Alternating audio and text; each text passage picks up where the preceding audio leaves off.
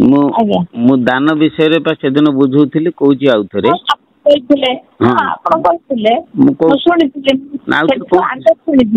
ଆଉ କୋଉଥିରେ କହୁଛି ଶୁଣ ଯେ ଗୋଟେ କଥା ହଉଛି ଯେ ଗୋଟେ ଲୋକ କୋଟିପତି ସେ ତା ପାଖରେ କୋଟିଏ ଟଙ୍କା ଅଛି କିନ୍ତୁ ତମେ ଯାଇକି ଗୋଟେ ଦେବତାଙ୍କ ଅନୁଷ୍ଠାନ ପାଇଁ ମାଗିବ ସିଏ କଣ କଲା ନା ଗୋଟିଏ ଟଙ୍କା ଦେଲା ସେ ଗୋଟିଏ ଟଙ୍କା ଯୋଉ ଦେଲା ସେଇଟା ସାତ୍ବିକ ଦାନ କାହିଁକି ସିଏ ଭାବିଲା ଯେ ମୋର ଗୋଟିଏ ଟଙ୍କା ଦବା କର୍ତ୍ତବ୍ୟ ମୁଁ ଦେଲି ମୋର ଯେତିକି ଖୁସିରେ ଦବା କଥା ସେତିକି ଦେଲି ହେଲା ନିଜର ଇଚ୍ଛାରେ ଅତି ଆନନ୍ଦ ସହକାରେ ଯୋଉ ଦାନ କରାଯାଏ ତାକୁ କୁହାଯାଏ ସାତ୍ବିକ ଦାନ ନା କିନ୍ତୁ ମନେକର ଯୋଉ ବାବା ତାଙ୍କର କବଚ ଡେଉରିଆ ସବୁ ଲୋକମାନଙ୍କୁ ଦିଅନ୍ତି ପୁଅ ଶୁଣି ସାର ପୁଅ ବାହାଘର ଝିଅ ବାହାଘର କଥା ମଧ୍ୟ ସିଏ ବୁଝାବୁଝି କରନ୍ତି ଜ୍ୟୋତିଷ ପାଠ ମଧ୍ୟ କରନ୍ତି ତେଣୁ ଏ କଥାକୁ ଜାଣିକି ବାବା ଯେତେବେଳେ ଯିବେ ଗାଁକୁ ଭିକ୍ଷା କରିବା ପାଇଁ ସେଇଠି ଜଣେ ଗୃହସ୍ଥ କହିବ ଯେ ବାବାଙ୍କୁ ଟିକେ ଦେଖିକି ଅଧିକା ଦେ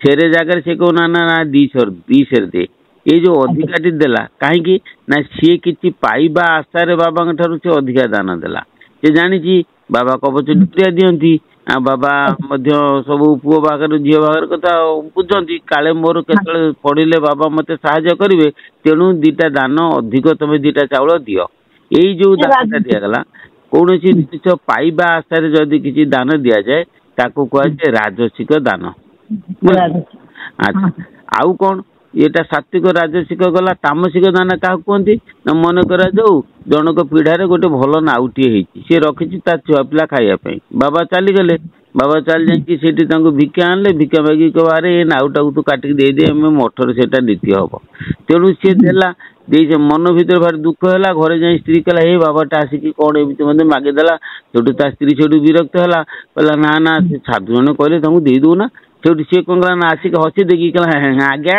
ଆପଣଙ୍କ କାମରେ ନାଗିବନି ନା ମୁଁ ଆପଣଙ୍କୁ ଦଉଛି କିନ୍ତୁ ଦେଲା ଯେ ସେ କ୍ରୋଧ ବିରକ୍ତି ଏବଂ ଅନିଚ୍ଛା ସତ୍ତ୍ୱେ ମଧ୍ୟ ସେ ଦାନଟାକୁ କଲା ଏଇ ଦାନଟା ହଉଛି କଣ ନା ତାମସିକ ଦାନ ବୁଝିପାରିଲ ତେଣୁ ସାତ୍ବିକ ରାଜସିକ ତାମସିକ ଦାନ ତିନି ପ୍ରକାରର ଅଛି ସାତ୍ବିକ ଦାନ ସେଇଆ ଜଣେ ବ୍ୟକ୍ତି ତା ଖୁସିରେ ଦାତବ୍ୟମ୍ ଇତି କର୍ତ୍ତବ୍ୟମ୍ ମୋର ଦବା ଏଇଟା ହଉଛି କର୍ତ୍ତବ୍ୟ ଏଇ କର୍ତ୍ତବ୍ୟ ମନେ କରିକିରି ଯୋଉ ଦାନ ଦିଆଯାଏ ତାକୁ କୁହାଯାଏ ସାତ୍ବିକ ଦାନ ବୁଝିଲ ନା ତେଣୁ ତୁମ ଯୋଉ ଦାନଟି ଦେଇକି ଆସିଲେ ସେ ହଉଛି ସାତ୍ବିକ ଦାନ କାହିଁକିନା ତୋର ତାଙ୍କ ଠାରୁ କିଛି ପାଇବାର ନାହିଁ କି ତାଙ୍କୁ କିଛି କ୍ରୋଧ ବିରକ୍ତି ହବାର ନାହିଁ ଖୁସି ମନରେ ତାଙ୍କୁ 100 ଟଙ୍କା ହଉ 200 ଟଙ୍କା ଦେଇକି ଯୋଉ ଆସିଲୁ ସେଇଟା ହଉଛି ସାତ୍ବିକ ଦାନ କିନ୍ତୁ ସେ ଦାନକୁ ଅନ୍ୟ ଲୋକମାନଙ୍କର ଚକ୍ଷୁଶୂଳ ହଉଛି ଯୋଉଠିକି ସେମାନେ କହୁଛନ୍ତି କଣ ନା ତୁ ସେ ଦାନଟାକୁ ଦେ ନା ଇଏ କରନା ସେ କରନା କହୁଛନ୍ତି କାହା କଥା ଶୁଣିବୁନୁ ସେମିତି ଦାନ କରି ଚାଲିଥା ଏଟା ହଉଛି ଆମର ଯୋଉ ବ୍ରହ୍ମସାଙ୍କୁଳି ବହି ଲେଖିଛନ୍ତି ଅଚ୍ୟୁତାନନ୍ଦ ସେଇ ଯୋଉ ବ୍ରହ୍ମସାଙ୍କୁଳି ବହିରେ ଲେଖା ହେଇଛି ତ୍ରିଗୁଣେ ଏକ ଗୁଣ ସମ ହରିକେଶର ଭୂମି ନିମ ବଟ ଓହଳ ତୁରି ମିଶା ଶିବ କି ଆଉ କ୍ଷୁଧା ତୃଷା ତ୍ରିଗୁଣ ଏକ ଗୁଣେ ସମ ତିନି ଗୁଣର ପଦାର୍ଥକୁ ଏକ ଗୁଣ ଲେଖା ଆଣିକି ସମ ପରିମାଣରେ ତାକୁ ମିଶା ଆଚ୍ଛା ସେଥିରେ ସେ ଯୋଉ ତାର ଯୋଉ ଅର୍ଥ ଯିଏ ଲେଖିଛି ଭୁଲ ଲେଖିଛି କିନ୍ତୁ ତ୍ରିଗୁଣ ଏକ ଗୁଣ ସମ ତ୍ରିଗୁଣ କହିଲେ ହରିକେଶର ଭୂମି ନିମ ବଟ ଓହଳ ହରିକେଶର ହଉଛି ପଦ୍ମ ମଞ୍ଜିର ବୀଜ ପଦ୍ମ ବୀଜ ହଁ ପଦ୍ମ ବୀଜ ହଉଛି ହରିକେଶର ପଦ୍ମକେଶରର ଯୋଉ ମଞ୍ଜିଟା ଆଉ ହରିକେଶର ଭୂଇଁ ନିମ ଆଉ ବର ଓହଳ ଏଇ ତିନିଟା ସମାନ ଯାହାକୁ ଚିରେଇତା କହନ୍ତି ତାହେଲେ ତେଣୁ ବର ଓହଳ ଚିରେଇତା ଆଉ ପଦ୍ମ ବୀଜ ଏଇ ତିନିଟାକୁ ସମାନ ପରିମାଣରେ ମିଶେଇକି ତମେ ଯଦି ଖାଇବ ତମର ଭୋକ ଆଉ ଶୋଷ ମରିଯିବ ଆଚ୍ଛା ଆଉ ଗୋଟେ ଜିନିଷ କଣ ଯେ ତିନି ବାସଙ୍ଗ ବେଲ ବେଗୁନିଆ ଓହୋ ବାସଙ୍ଗ ବେଲ ବେଗୁନିଆ ଆଚ୍ଛା ବାସଙ୍ଗ ବେଲ ବେଗୁନିଆ ଏ ତିନିଟାକୁ ସମ ପରିମାଣରେ ଆଣିକି ତାକୁ ଚୂର୍ଣ୍ଣ କରିଦବ ଯେତିକି ହେଲା ସେଥିରେ କଣ ହବ ନା ଯେତିକି ହେଲା ତିନିଟା ଆଗେ ମିଶିକିରି ସେତିକି ପରିମାଣର ଗଞ୍ଜି ତାକୁ କଣ କରିବ ନା ଶୁଖେଇକି ଚୁରିକି ତା ଦେହରେ ମିଶେଇବ ଏ ତିନିଟାର ପରିମାଣ ପ୍ଲସ ଗଞ୍ଜେଇ ସେତିକି ପରିମାଣ। ହଁ ମିଶେଇବ, ମିଶେଇକି ତାକୁ କରିକିରି ଚିମଟେ ଲେଖା ଖାଇଲେ ତମର ଧ୍ୟାନ ଠିକ ହବ। ଆଚ୍ଛା ମୁଁ କଣ କଲି ନା ସେତେବେଳେ ଆମ ଗାଁରେ ଜଣେ ପୋଲିସ ଡିପାର୍ଟମେଣ୍ଟରେ ଚାକିରି କରିଥିଲା। ମୁଁ ତାକୁ କହିଲି, ମୁଁ କହିଲି ମତେ ଗଞ୍ଜେଇ ଆଣିକି ଦେ। ସିଏ କଣ କଲା ନା 250 ଖଣ୍ଡ ଗଞ୍ଜେଇ ଘିନି ଆଣି ଦେଇଥିଲା। ଭଗବାନ ଜୟ ଜଗନ୍ନାଥ। 250 ଗିନ ପୁରା ପୁରା ପୁଟଳେ ଆଣି ଦେଇଥିଲା। ସିଏ କୋଉଠି ଅବକାରୀ ମାଲ ଚୋରା ମାଲ ପୋଲିସ ଲୋକ ଧରିଥିଲା ଆଣିକି ମତେ ଦେଇଦେଲା। ଆଉ ଦେଇଦେଲା, ମୁଁ ମୋର ଇଆଡେ ଏ ଯୋଉ 3 ବକୁ ଯୋଗାଡ଼ କରିବାରେ ବ୍ୟସ୍ତ। ବାସଙ୍ଗ ବେଗୁନିଆ ବେଲ ଯୋଗାଡ଼ କରୁ କରୁ ଏଇ କଥା ଟିକେ ଆମ ଠାକୁରେ ଗୁରୁ ଜାଣିପାରିଲେ। ଯଦି ଜାଣିପାରିଲେ ସେଇଠୁ ସିଏ କଣ କଲା ନା ଖୋଳିତାଡ଼ିକି ପଚାରେ କହିଲେ କଣ କରୁଛୁ? ମୁଁ କହିଲି ଏମିତି ଆଉ ଲେଖା ହେଇଛି ସେ ବହିରେ, ମୁଁ ତାକୁ ମିଶେଇମି ଗଞ୍ଜେଇକି ସିଏ ଆଉ। ସେଇଠୁ କହିଲେ ତୁ ବାସଙ୍ଗ ବେଲ ବେଗୁନିଆ ମିଶା, କିନ୍ତୁ ଗଞ୍ଜେଇ ମିଶେଇବୁନୁ। ଗୁରୁ ମନା କଲେ। ମନା କଲେ।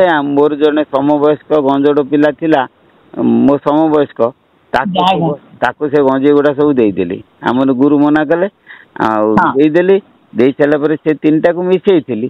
ତାପରେ ଗୁରୁଙ୍କର ତ ଇଚ୍ଛା ନେଇ ମୁଁ ତାକୁ ଆଉ ବ୍ୟବହାର କଲିନି। ଗୁରୁ ଚାହାନ୍ତି ଯେ ସେ ତ ସୋ ମୋଟ ହବ, ଇଏ କାହିଁକି ଯାଉଛି ସେଗୁଡାକୁ ସବୁ ମିଶେଇବାକୁ। ବାସ୍ ବାସ୍। ଆଉ ତାପରେ ସେଇଠୁ ଗୁରୁ ମତେ କହିଲେ, ଯେତେବେଳେ ସିଏ ଗୋନାସିକା ପାହାଡରେ କେଉଁଝରରେ ବାଘ ଗୁମ୍ଫାରେ ଥିଲେ, ସେତେବେଳେ ସିଏ କଳ୍ପୀ ଭକ୍ଷଣ କରିଥିଲେ। 10 ମାସ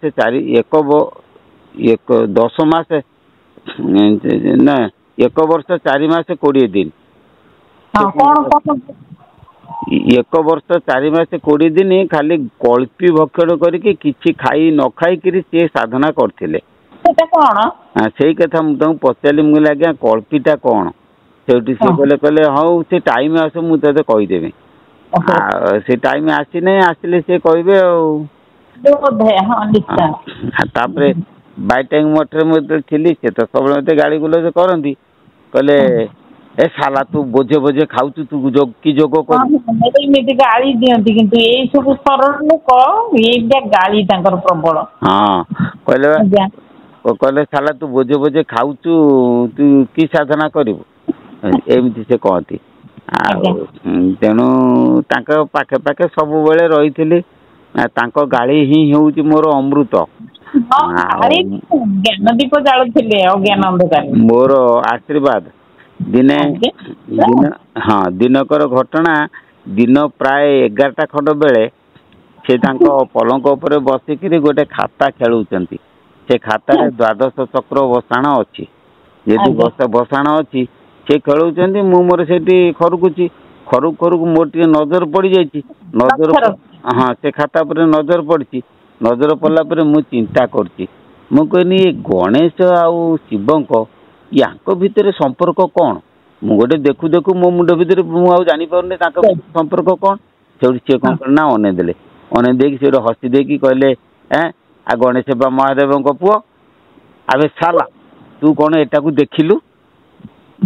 ମୁଁ ତତେ ଆଜି ବ୍ରହ୍ମ ଅଭିଶାପ ଦଉଛି, ତୋର ସବୁ ଧ୍ୱଂସ ହେଇଯାଉ। ଯେମିତି ଏକଥା କହିଲେ ମୋ ମନ ଭାରି ଖୁସି ହେଇଗଲା। କାହିଁକି ନା ଗୁରୁ ମତେ କହିଲେ ମୋର ବୋଲିକି ଯାହା ଅଛି ସବୁ ଧ୍ୱଂସ ହେଇଯିବ ନା, ସବୁ ମଇଳା ଯିବ ଧ୍ୱଂସ ହେଇଯାଉ। କାହିଁକିନା ମୋର କହି ଯେତେ ଆଦରିବୁ, ସେତିକି ଲଭିବୁ ଦୁଃଖ। ମୁହିଁ ଆଉ ମୋର ଭାବ ତେଜିଲେ ରେ, ଲଭିବୁ ପରମ ସୁଖ। ସୁଖକୁ ହୁକିନି ବଡ଼ ମାୟାବିନୀ, ମୃଗ ତୃଷ୍ଣା ଜଳ ପରି। ନିକଟକୁ ଗଲେ ଦୂରେ ଯାଇ ହସେ, ନରେ ପରିହାସ କରି।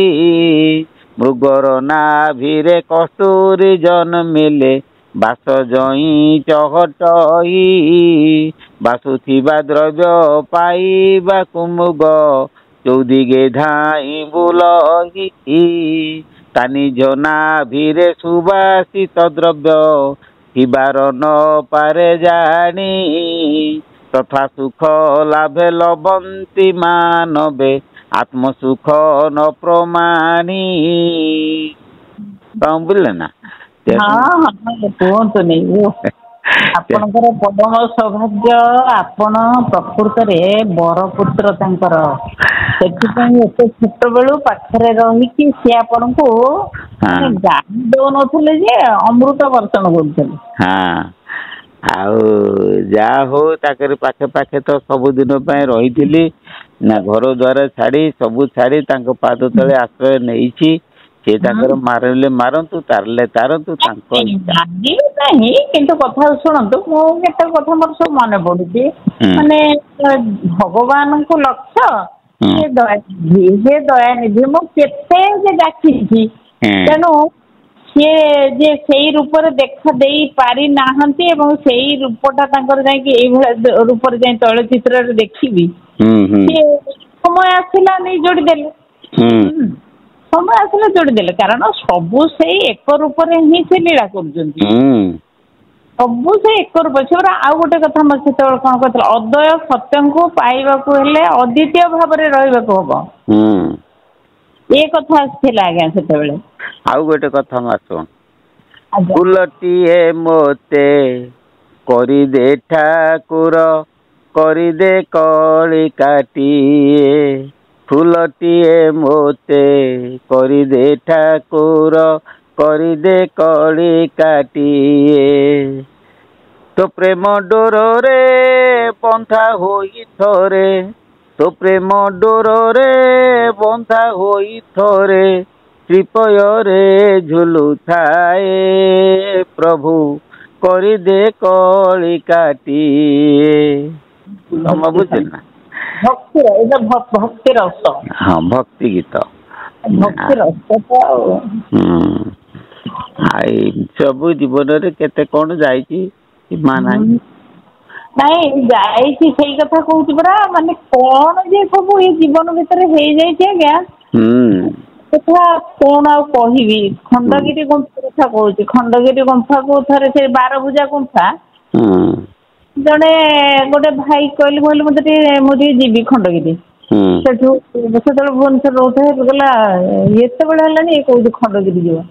ସେଠୁ ମୁଁ କହିଲି ମାଉସୀ କହିଲି, ମାଉସୀ ଆଉ